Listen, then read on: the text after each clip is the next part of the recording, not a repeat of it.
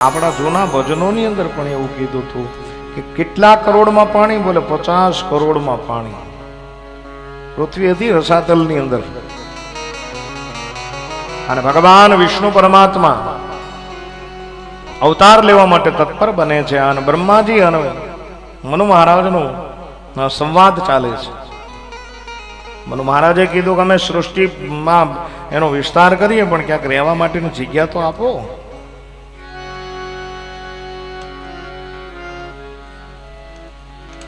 અને આ બધી ચર્ચા વિચારણા થતી હતી ને, એમાં બ્રહ્માજીને અચાનક છીંક આવી અને જેવી છીંક આવી એટલે અંગૂઠા જેવડું સ્વરૂપ બહાર આવી. અને આ જે અંગુષ્ઠ જેવડું સ્વરૂપ હતું એ બીજું કોઈ નહીં, વરાહ નારાયણ ભગવાન હતા. ભગવાન સાક્ષાત વિષ્ણુ પરમાત્માનો 24 અવતારમાંનો એક અવતાર હતો. બड़े भाव और श्रद्धा के साथ जय जयकार करिए, बोलिए वराह नारायण भगवान की जय. અને ક્ષણ માત્રની અંદર વિરાટ હાથી જેવડું રૂપ લઈ અને ભગવાન વરાહે પાણીની અંદર રહેલી પૃથ્વીને બહાર મૂકી છે. અને પછી મનુ મહારાજને કીધું કે આના ઉપર તમે રહો. અને એના ઉપર મનુ મહારાજ રહ્યા અને 5 સંતાનો આપ્યા. પણ એવું કહેવાય છે કે જ્યાં ઈ વરાહ ભગવાને પૃથ્વીને પોતાના દાઢ વડે બહાર કાઢી એટલે ઘટના ઈ ઘટી. તરત જ હિરણ્યાક્ષી એવું કીધું કે આ પૃથ્વી ઉપર અધિકાર મારો છે, આ પૃથ્વી મારી છે.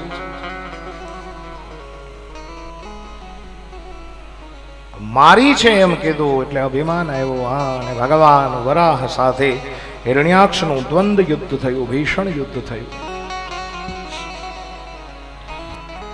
અને એ ભીષણ યુદ્ધની અંદર શિવ મહાપુરાણ એવું કહે છે કે આ યુદ્ધની અંદર ભગવાન વિષ્ણુ પરમાત્માનો અવતાર વરાહ નારાયણે એ હિરણ્યાક્ષને મારી અને એમનો વધ કર્યો છે. આવી એક સુંદર મજાની કથા વ્યાસ ભગવાન કહે છે કે તો પછી હિરણ્યાક્ષના મોટા ભાઈનું શું થયું?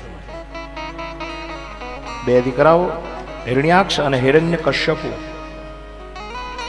તો પછી એના મોટા ભાઈનું શું થયું? ત્યારે સનત કુમારો કથા કરતા કરતા કહે છે કે હિરણ્યકશ્યપુ હિરણ્યાક્ષનો મોટો ભાઈ છે. અને આ ભાઈનું લગ્ન ઉત્તાનપાદની દીકરી કલ્યાણી સાથે થયો હતો. અને એ કલ્યાણીનું બીજું નામ હતું કયાધુ.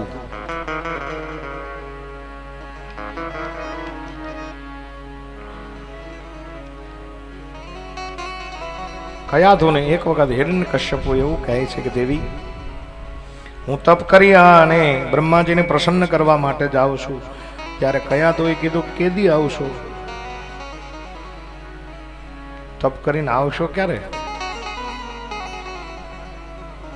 ત્યારે રાક્ષસ હિરણ્યકશ્યપુ એવું કહે છે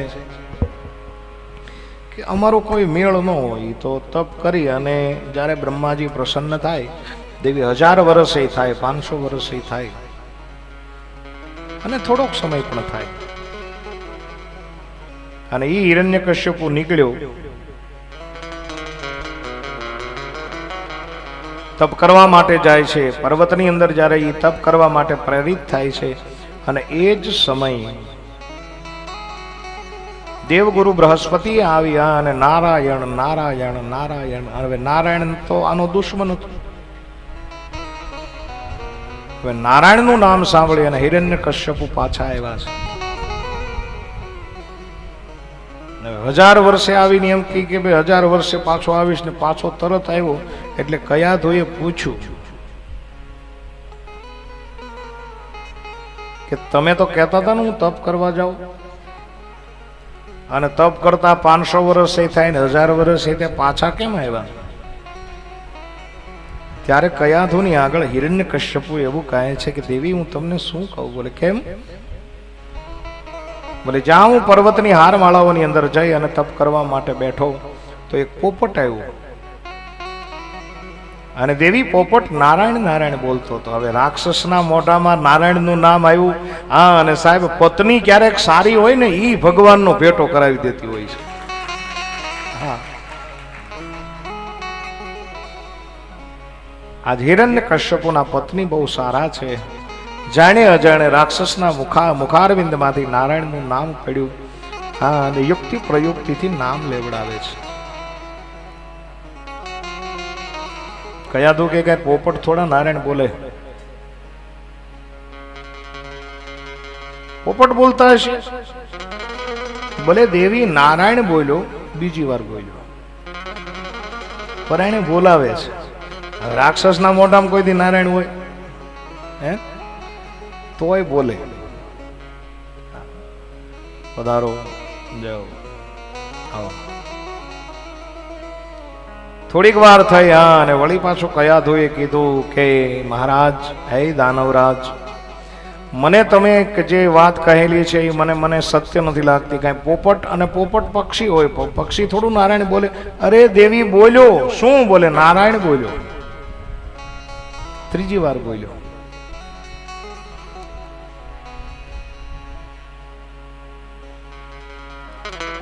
ચોથી વાર, પાંચમી વાર, છઠ્ઠી વાર, અનેક યુક્તિ પ્રયુક્તિ કરી. અને આજ હિરણ્ય કશ્યપુના મોઢામાંથી પોતાની પત્ની જે છે કયાધુ, એ નારાયણ નારાયણ નારાયણ નારાયણ નારાયણ નામનું નામ જાપ જપાવે છે.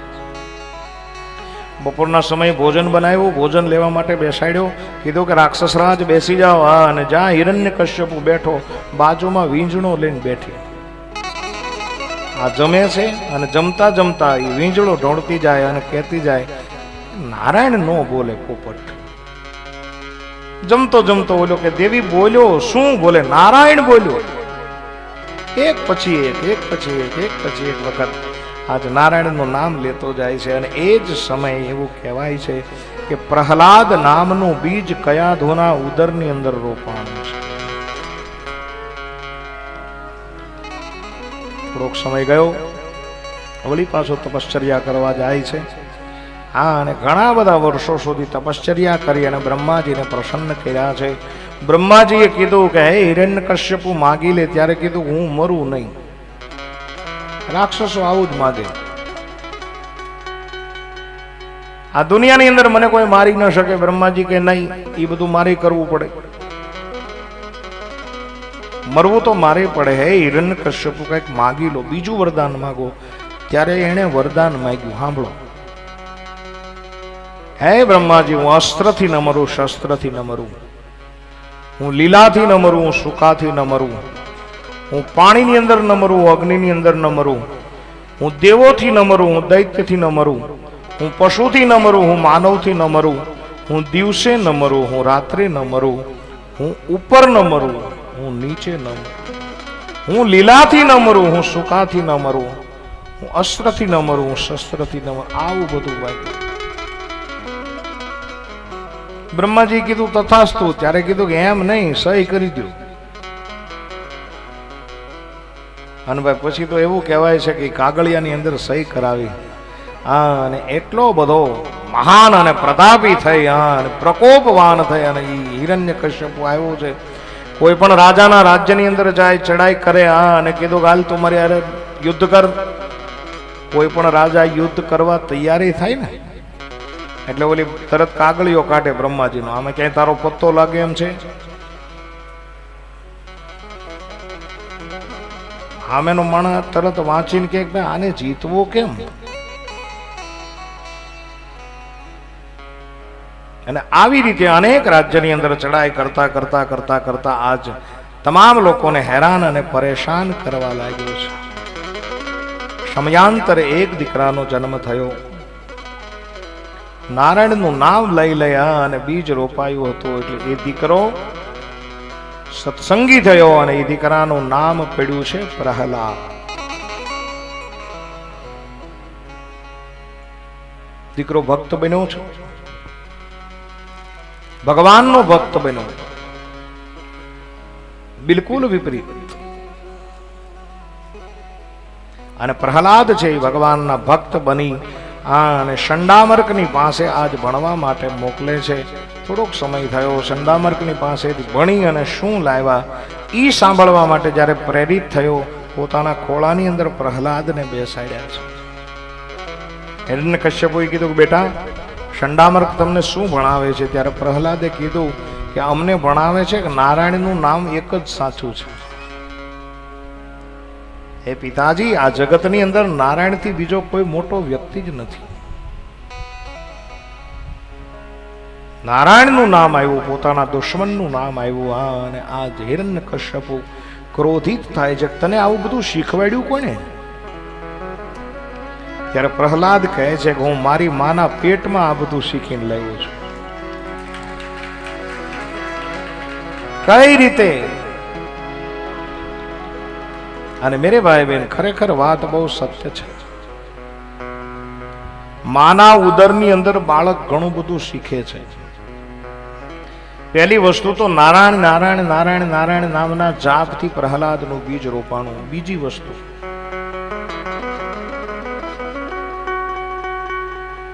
કે એ કયાધુનો નારદજીની સાથે સત્સંગ થયો હતો. એની આખી એક કથા છે. આવા જો કયાધુ ગર્ભવતી બન્યા અને હિરણ્યકશ્યપુ તપ કરવા માટે ગયો. એટલે ઇન્દ્ર મહારાજે વિચાર કર્યો કે બીજો કોઈ રાક્ષસ ઉત્પન્ન ન થાય, એટલે આને છે ને ઇન્દ્રલોકની અંદર લઈ જાઓ. અને ઇન્દ્રલોકની અંદર આને સારું દર્શન થાય, સારા સંસ્કારો મળે, અને જેથી કરીને ઉદરનું બાળક સારું થાય, રાક્ષસ ન થાય. એવા આશયથી ઇન્દ્ર મહારાજ કયાધુને લઈ અને ઇન્દ્રલોક તરફ જતા હતા. એમાં નારદ મળ્યા અને નારદે મળી અને એવું કીધું કે હે ઇન્દ્ર, આનો પતિ તો તપ કરવા માટે ગયો છે, અને પતિ વગરની સ્ત્રીને લઈને કયાધુને લઈને તું ક્યાં જાશો? બોલે કીધું કે આને હું ઇન્દ્રલોકની અંદર રાખીશ. ત્યારે નારદજી કીધું કે આ સ્ત્રી જ્યાં રહેશે, જ્યાં એને બાળકનો જન્મ થશે, એ દેશનો રાજા મૃત્યુ પામશે. અને ઇન્દ્ર બી ગયો કે આને લઈ જાવ ને જો ન્યા જન્મ થાય તો મારે ઇન્દ્રાસન ખોવાનો વારો આવે. ઇન્દ્ર એટલો બધો ડર્યો કે ઇન્દ્ર પોતે કયાધુને ત્યાં છોડીને ભાગી ગયો. અને આ બાજુ કયાધુ એકલા છે. અને સંત નારદ સાથે સુંદર મજાનો ભક્તિનો ઉપદેશ થયો, અને એ ભક્તિના પરિણામે થઈ અને પ્રહલાદ ભક્ત બન્યા છે.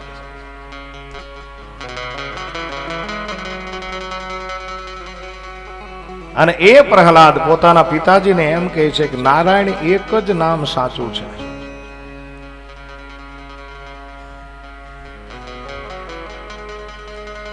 હે પિતાજી, આ જગતની અંદર નારાયણની ભક્તિ કરવાના 9 પ્રકારો છે. આમ કરી અને 9 પ્રકારની ભક્તિનું ગાન કર્યું છે. અને નારાયણનું નામ આવ્યું, અને જ્યાં નારાયણ શબ્દ પડ્યો એટલે તરત હિરણ્યકશ્યપુ છે એ કોપિત થયો છે. અને ક્રોધની અવશ્યમાં અંદર આવી અને બાળક પ્રહલાદનો ઘા કરી અને સાગરીતોને કીધું છે કે આ મારો બાળક છે અને નારાયણનું નામ લે છે, મારો વિરોધી બન્યો છે, એટલા માટે આને મારી નાખો.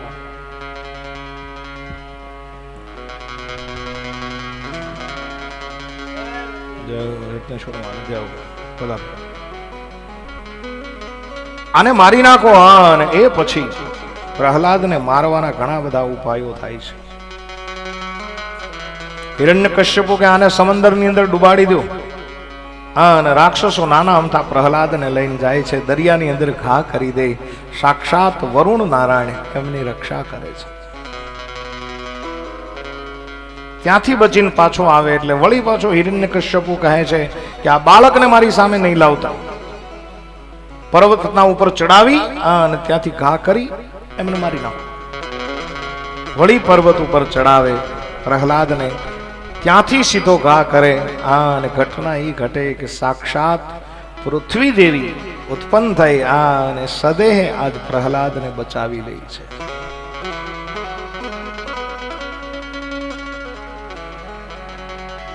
વળી પાછો પ્રહલાદ જીવતો રહી જાય એટલે હિરણ્યકશ્યપુ કહે છે કે આને કાલ કોઠરીની અંદર પૂરી દો, ભૂખ્યો તરસો આ મરી જશે.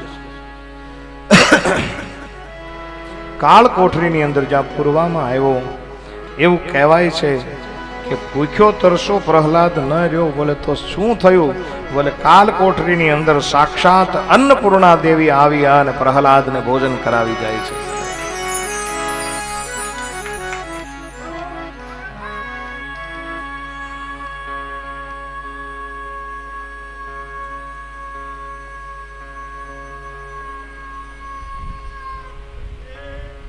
એટલે સરસ.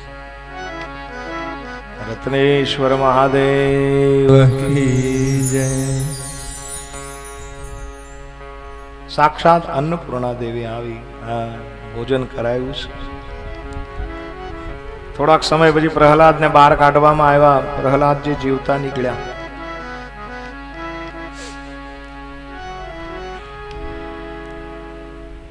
હોલિકાએ કીધું કે હરી આને મારા ખોળામાં બેસાડી દો. હિરણ્ય કશ્યપ ખોળામાં બેસાડ્યા શું થાય? બોલે મને બ્રહ્માજીનું એવું વરદાન છે અને વરદાનના લીધે બ્રહ્માજી મને એક ચુંદડી આપી છે અને એ ચુંદડીના પ્રભાવે થઈ અને હું નહીં મરું, અંદર બેઠેલો પ્રહલાદ મૃત્યુ પામશે. આખી વ્યૂહરચના ગોઠવાણી અને એ દિવસે આખા ગામની અંદર ઉત્સવ થયો. અને એક ચિત્તા ખડકાવવામાં આવી છે, એની ઉપર હોલિકા બેઠી. હોલિકાના ખોળાની અંદર પ્રહલાદજી બેઠા, ચુંદડી ઓઢેલી છે. અને જ્યાં ઈ ચિત્તાને અગ્નિદાહ દેવામાં આવ્યો, દરેકને એમ થયું પ્રહલાદ મૃત્યુ પામશે.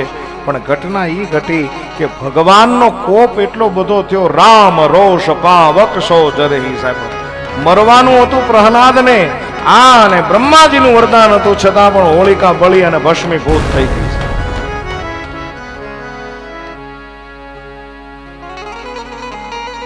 અને ઈ દિવસ કયો હતો? ભલે ફાગણ સુદ પૂર્ણિમા, હોળીનો દિવસ. ઈ દિવસે હોલિકા બળી અને ભસ્મ થઈ હતી. ઈ દિવસ હજી પણ આપણે મનાવીએ છીએ.